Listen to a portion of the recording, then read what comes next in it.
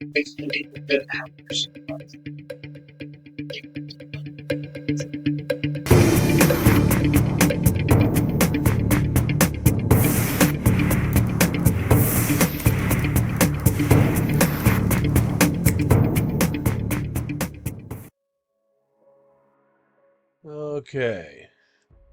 I want to be sure and get some of this done in video form because some people can't get to this website. I have a pretty good system. I have a way to use advanced options to get to it, but it's at Darlie, Routier, factandfiction.com. This whole page was written by our friend Mary Moody, who doesn't frequent the groups as much as she used to. She's one of the hardcore non-supporters who speaks her mind very well. And she took the time to go through a whole lot of stuff within the trial and put it out on this website. I'm afraid it might go down someday. So I want to be sure, because we used to be able to go to www.trialtranscripts.com and they would be there, and they're not. So I want to try and save this stuff in video form. But it gives you an introduction to it, about her being factually guilty. So let's just do that for this video.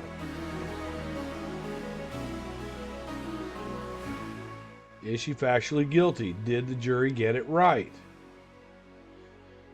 People form an opinion of Darlie's guilt or innocence based on a variety of media: Facebook, TV shows, true crime books, and supporter websites. I want to stop right here and add to that. Most of the supporter websites, the supporter Facebook pages, if you're a non-supporter, they don't want you there. Period. They do not want to hear it. They do not want to hear you. That's why in the room that the group that I run, Darlie Routier, A Case for Concern, and Darlie Routier War Room, I keep mine open because I don't want to be, I don't knock anybody for the way they run their group. This is for me personally. I want you to see what I got to say. I want you to see it. To me, if people are looking at Darlie's innocence, let's say they're looking on the web to see Darlie's innocence and they come across Darlie Routier page, support Darlie, and it says private. That means they have to join to look at it. Or if it was a Darlie Routier is innocent and the page is open, they can just read through it without having to join it. I want them to feel free to post. I don't want to. I feel like I'm doing it like Rich's channel. To me, that makes no sense. He's got me blocked over there, and I know why he's got me blocked over there. It's not because I harassed him. He's got me blocked over there because he does not want to hear the truth. Period. Out of sight, out of mind. Just like Darlie did her children. We had people that are on the stand that said that Darlie was just fine with those kids as long as they weren't around her. Get your asses outside. We had reports of neighbors telling them that Devin was playing in construction over there that went ignored. Out of sight, out of mind. That's supporter mentality to me. But I don't knock anybody for the way that they want to run their group. I know that if you have a private group, sometimes you get less of the bullshit that comes along with the supporter side and the non-supporter side of this case. I keep mine open. Unfortunately, this often leads to confusion. A common complaint is, when I read a supporter website, I'm convinced she's innocent. Then I read an opposing view and I'm convinced she's guilty. I have a lot of people that sit on the fence with this case because it's controversial. It really is controversial, but you have to look at all the evidence. You can't do this case based on emotion. You can't blame it on... They blame it on... I mean, in order to be a Darlie supporter, you have to believe that everybody's lying except for Darlie. Everybody. The police are lying. The police are lying. Chad Patterson was a suspect. James Cron didn't know what he was doing. James Cron didn't know what couch she was laying on. Even though James Cron... Danelle will tell you. Danelle, Darlie's baby sister, she will tell you that James Cron doesn't even know what couch that she was laying on. He was looking at the wrong couch. But she fails to understand that she was briefed by neighbors and Walling and Waddell when he got there. But she was laying on this couch. As a matter of fact, he went around to see the lamp that was behind that couch. He knows what couch she was on, okay? So you'd have to believe that everybody is lying. Everybody. They're all lying. All the nurses lied. The doctors lied. The paramedics lied. The judge lied. The judge had Alzheimer's. James Cron lied. Patterson took the fifth. Frost took the fifth. Beja was lying. She had mental illness. Everybody's a liar except for Darlie. That's the only thing they have. You better watch out for that BryanSt.John. He's been harassing this family forever. Blah, blah, blah, blah, blah. If you take my opinion on this as harassment, then you got problems. You got a real problem. It's not with me. It's not with me. If my opinion you feel like it's harassment, I know why you feel like my opinion is harassment, because you can't defeat it.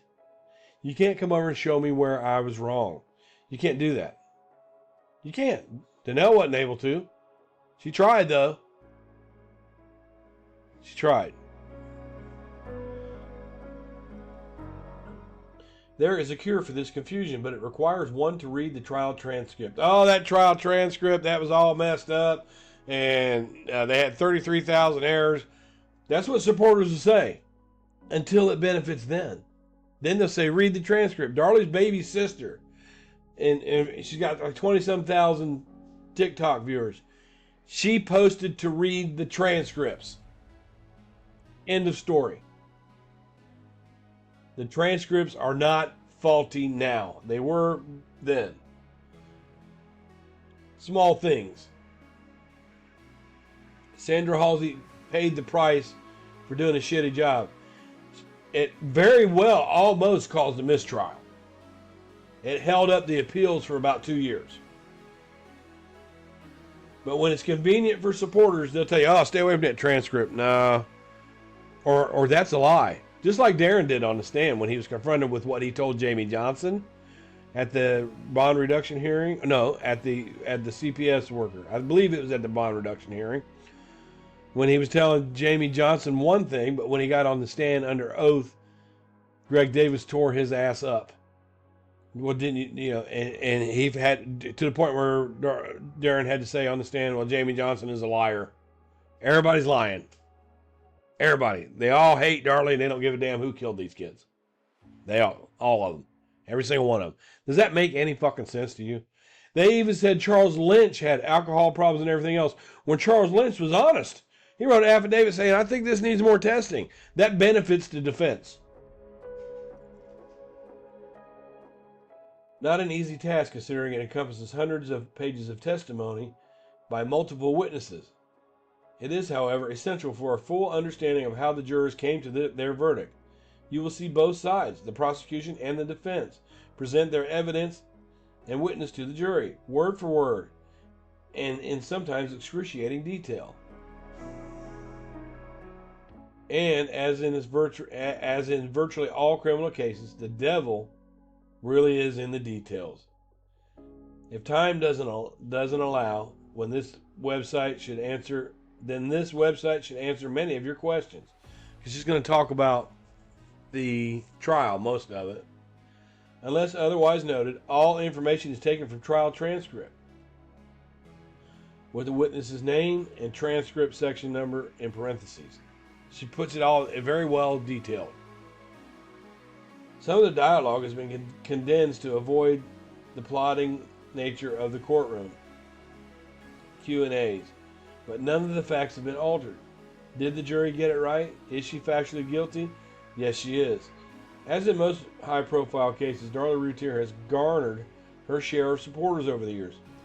Sadly, many of those supporters have misled the public with half-truths, innuendo, and outright lies. That's my thing.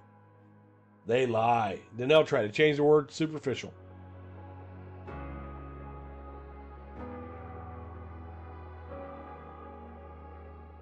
It's time to put the myths to rest. So that is the introduction. I'll leave it sit here for a minute so you can read it for yourself.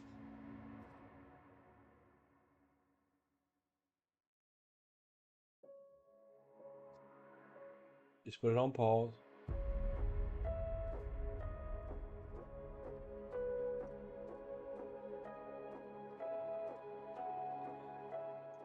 Who's who? The cast of characters. When you see videos and you hear us talking about this and that, this is the cast of characters. The Routier family. Darlie Routier, 26 years old when she was arrested on June 18, 1996 for the murders of her two older sons. Now let me clarify this too. Some people say, well, why they only charge her for Damon? They must have something to hide. Why they only charge her for Damon? In Texas, to get the highest penalty and conviction, which is what the prosecutor goes for, he wants you to do all the time in every case. They don't like to make deals. If their evidence is kind of shoddy, they might make a deal with you. They want to get the strictest deal. And in Texas, Damon's murder, qualified her for the death penalty. Devon's death, if they would have charged her with just Devon, she stood to get life in prison with parole after 40 years. He wanted her locked up. He thought that she should die, and he said so. She was convicted of Damon's murder on February 4th, 1997, and has been on Texas death row since then. Now, a lot of people say, well, if she was to get off on Damon's murder, could they come back at her with Devon's? If she were to get off on Damon's murder, that would mean there would not be evidence sufficient enough to keep her condemned for Devon's murder. The case was 100% about both of the boys being killed by their mother. Greg Davis's opening statements make that perfectly clear. The wounds to Damon and Devon were both gone through at length. They were going for the highest amount of time. And some people will say this too, that the trial was sped up. It was really quick. I think it was 6 months altogether for everything. And that's pretty quick for a capital murder case. We also have to understand this. They said, oh, Doug Molnar didn't have time to prepare. He had a 3-week vacation at the end of 96, I believe. 3-week vacation going to Hawaii. The defense can always file a motion to continue the case if they have more time to prepare. The defense can always do that. The right to a speedy trial is based on the defense. They could always, if they would have presented it to the courts like, we don't have time to work on this case, and show that it's not being done in a timely manner, that they need time to, then she would have got more time to work on the case. I'll make that perfectly clear. That's who Darlie is. We know who Darren is. Here's a picture of him in the last defense. He looks a little bit different. He's wearing contacts now. He's not wearing his glasses. He's got a little beard going on there. A little bit older. Still got the mullet. Hey, that's cool though. In this last defense, he just finally decided to come out and defend himself. He wanted to defend himself. This is where he speaks about the affidavit that he wrote and where he wrote it. You can see that on my channel. If you type in on my channel, Darren Routier, on the search bar, it'll come up. And if you read between the lines of what he's saying, just listen to him closely. You have to listen closely. He's basically admitting that the affidavit was just put in front of him, and it was the insurance scam was all a lie. It was all a lie to raise reasonable doubt for Darlie when her appeals were coming up. They wanted to give enough reasonable doubt, but not enough to get him convicted. The way this was planned by the family. That's why the family doesn't go after him. You know, he said he asked multiple people to break in his home, and the family doesn't touch on that at all. Darlie Key, instead of telling Norm Keene that, that he's running for office or going after Greg Davis and Toby Shook, and they wouldn't be known if it wasn't for this case, blah, blah, blah. They're not in Darren's ass. That's a big tell to me. They're not in Darren's ass. And Darren's getting sick of being blamed. Because I tell you what, you can see his profile and look and see if there's any of the Keys, any Donnells on there, any Danas on there, any of the Key family, the Peck family, the Malk family, the Stahl family. See if they're there. They're not. They're not. Darren don't talk to them. Some of your closest friends and family are on your Facebook.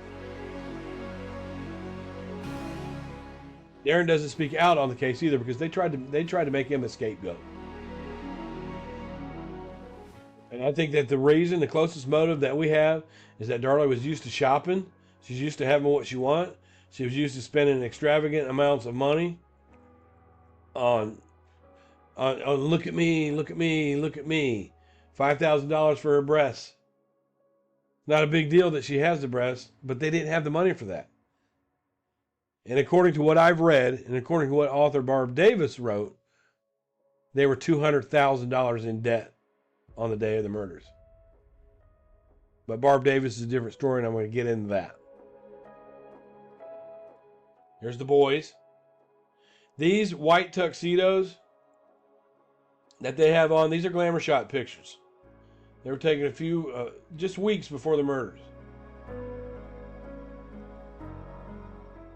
They had originally planned on burying them in these, but they changed it and they got them black tuxedos. But these are white tuxedos that they used in the glamour shots. And you can see Darlie in a glamour shot picture here and there too. God bless Drake. He's doing well now. He suffered leukemia and he beat that disease. Mama Darlie. Mama Darlie is a force to be reckoned with. She will lie to you about this case. Period. She will lie to you about this case.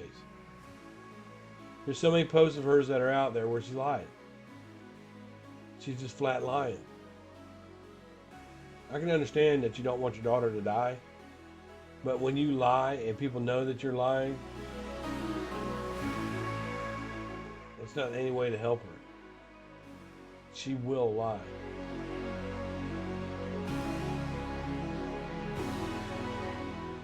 This is Cyrilda's, Darren's mother. She actually passed away. I don't remember what year it was. I think it was 2018. But I had the pleasure of talking to this. She was in our group for a while. She was trying to straighten us up, us non-supporters. We were nice to her. And I said, she said, why don't you just call me? It's a lot easier than it's typing.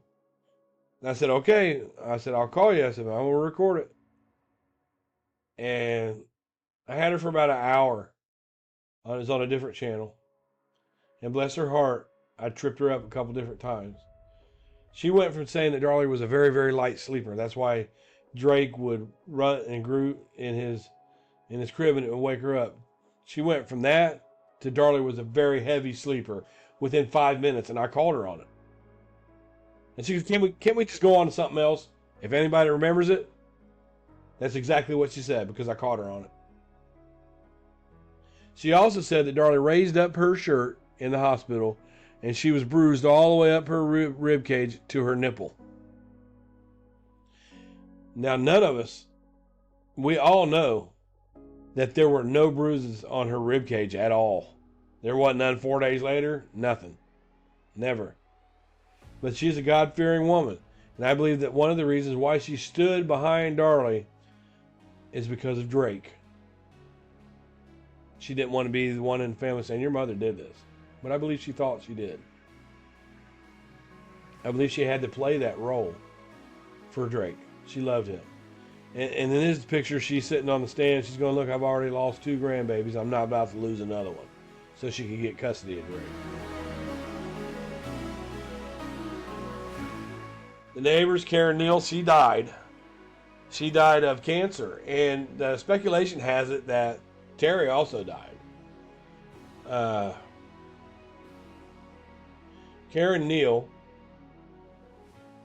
is the neighbor that speculation says, Barb Davis writes in her book, that she was getting some chemotherapy done and she wasn't able to work. And Karen Neal is the neighbor that they say that the Routiers, even though they were in financial debt, paid their mortgage for several months.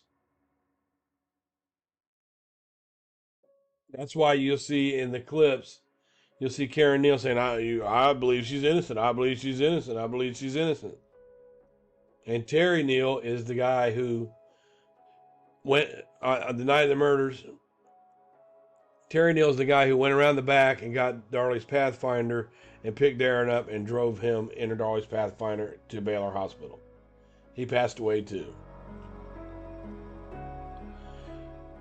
Guzman is the neighbor who lived right across the street from where the sock was found, right in the back alley.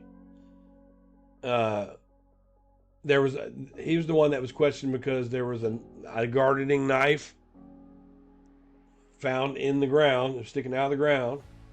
But it was obvious that they were doing a garden there. It was with a shovel and some other stuff. That's who Guzman is.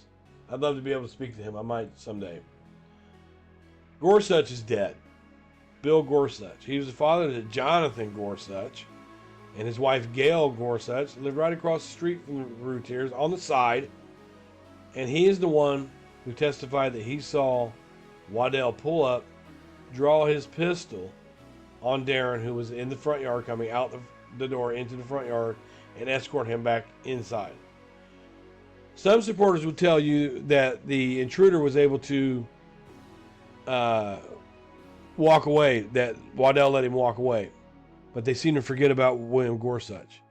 Rich Prater would tell you that he has a theory that the intruder slipped out the front door and somehow got back behind Gorsuch's house where there's a big parking lot there, but he doesn't tell you how he did it. They don't answer that question. Nelda Watts lived right across the street from them, and she is the one who testified about Dana and Darren and Darlie playing little catch games with the memorial that was set up in the neighborhood with teddy bears and stuff like that. Just acting out of character for some parents that just lost their two sons. This happened on the day that Darlie was arrested. This happened about 10:30 in the morning.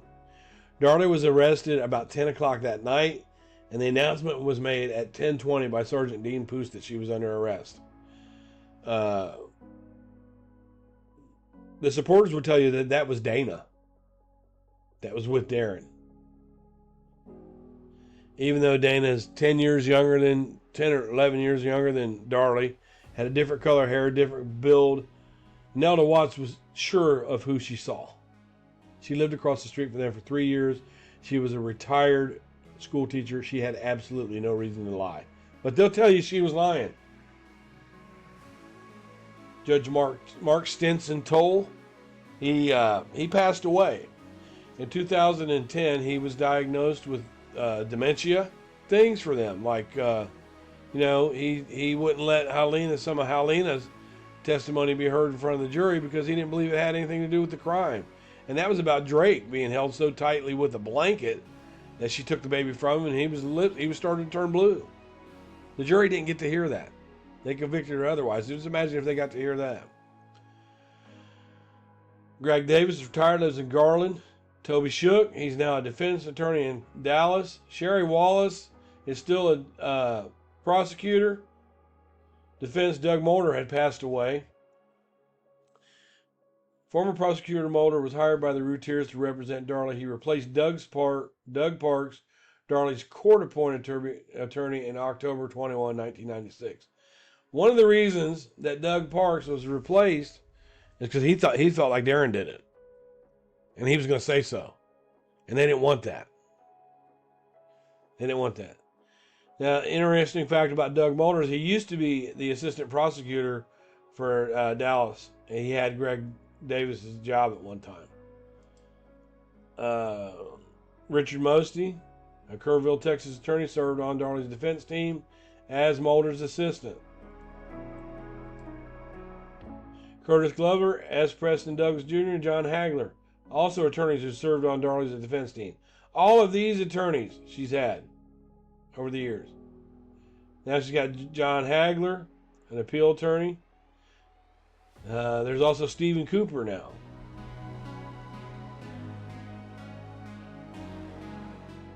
Doug Parks was on the last defense. You can see him there. Wayne Huff I don't know much about. But you can see that she had all these defense attorneys over the years. And more. Now you've got Dick Burr, Richard Smith, J. Stephen Cooper. There's another one now. What is it? Vanessa Potkin from the from the Innocence Project is working with her. James Cron, you know, the one that Danelle tells you was not an investigator, but she'll tell you Rich Prater is one.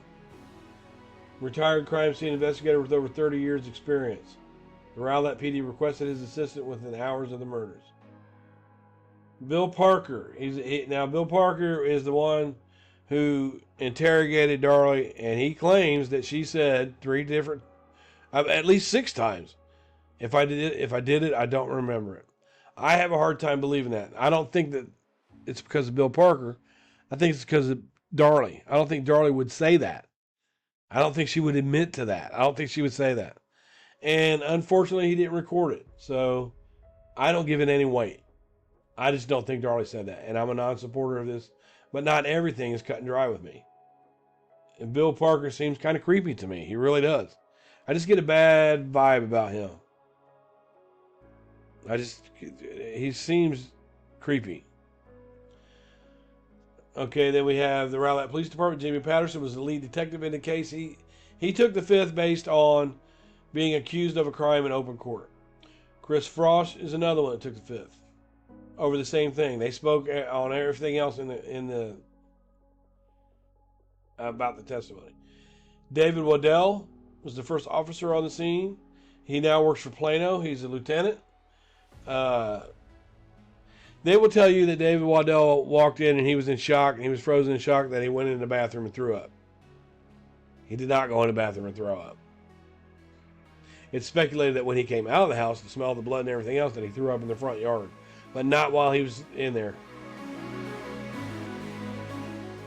Matt Walling. I don't know much about Matt Walling. I don't know much about Steve Wade. Tom Ward. Tom Ward is the one that found the sock. Now, I always thought that there was a canine that found that sock with him. I was mistaken. Yeah, Steve Ferry, I believe, was from another. He was from another police area. David Main photographed the crime scene and supervised the collection of evidence. Charles Hamilton processed the Routier house for fingerprints. You might also hear a little bit about Dave Neighbors. He was a sergeant on the scene. He did some of the pictures and he directed them how to collect evidence.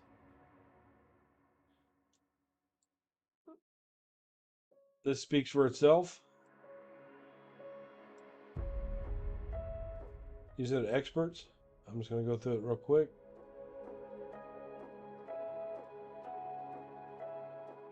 Now, Vince DeMaio is a little bit strange. I don't give what he has to say in this case too much credit, because he did admit under cross-examination, after he got done discussing Darlie's wounds and discussing Darlie's bruises and discussing this, he had never met Darlie. And the fact of the matter is, the best doctor to give information about Darlie's wounds would be the doctors that saw her. And he had to admit that on the stand. Lisa Clayton.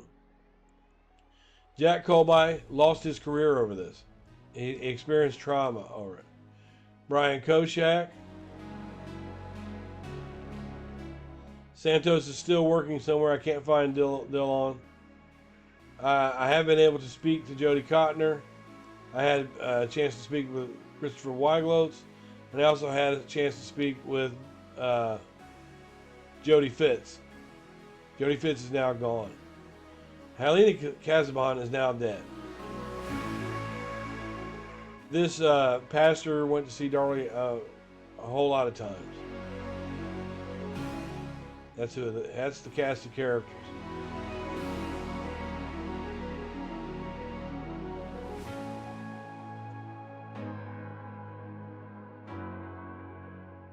Now, I spent 30 minutes on this, and I'm going to go through other parts of it. I'm going to go through the who's who. I'm going to go through the Routier statements. I'm going to go through all of it. I'm not going to do it all in one video.